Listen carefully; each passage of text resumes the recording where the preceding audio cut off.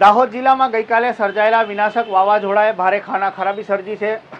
દાહોદ જિલ્લામાં 27 કિલોમીટરની ઝડપે ફૂંકાયેલા વાવાઝોડામાં દાહોદ જિલ્લાના 19 ગામોમાં વીજળી પડવાથી તેમજ શોર્ટ સર્કિટના કારણે 50 મકાનોમાં આગ ફાટી નીકળી હતી, જેના પગલે રાતભર ફાયર બ્રિગેડના લાલ બંબાઓ દોડતા જોવા મળ્યા હતા। સમગ્ર દાહોદ જિલ્લો સાયરનોથી ગુંજી ઉઠ્યો હતો। ગઈકાલે કુદરતી આફતમાં લાગેલી આગમાં 100થી વધુ લીમખેડાના ચીલાકોટોમાં 31 મકાનો આગની ચપેટમાં આવી જતા ભયાનક નુકસાન થયું હતું, જ્યારે અન્ય ગામોમાં પણ આગના બનાવો બન્યા હોવાનું સામે આવ્યું છે। આ ઉપરાંત 2 જગ્યાએ ઘાસ સળગી ઉઠ્યું હતું। તેવી જ રીતે ફાયર બ્રિગેડની સતર્કતાના કારણે 14 મકાનોને આગ લાગવાથી બચાવી લેવામાં આવ્યા હતા। સોમવારની ઢળતી સાંજે દાહોદ જિલ્લાના વાતાવરણમાં એકાએક પલટો આવ્યો હતો અને ધૂળની ડમરીઓ સાથે ફૂંકાયેલા વિનાશક વાવાઝોડાએ સમગ્ર જિલ્લાને ધમરોળી નાખ્યો હતો। આ વાવાઝોડાના લીધે અલગ અલગ ગામોમાં વીજળી પડવાથી તેમજ શોર્ટ સર્કિટના કારણે આગ ફાટી હતી।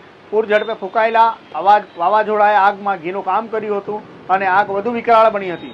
દાહોદ જિલ્લામાં આગના બનાવોમાં સૌથી વધુ નુકસાન લીમખેડાના ચીલાકોટામાં થયું હતું, જેમાં એક પછી એક 31 મકાનો આગની ભયાનક લપટોમાં ભસ્મીભૂત થયા હતા, જેના પગલે 100થી વધુ અસરગ્રસ્ત થયા હતા, જ્યારે 5 મૂંગા પશુઓ આ આગમાં ભડતું થયા હતા। વિનાશક આગના સમાચાર દાહોદ ફાયરને મળતા ફાયરના લાશ્કરો લાયબંબા સાથે ઘટના સ્થળે દોડ્યા હતા।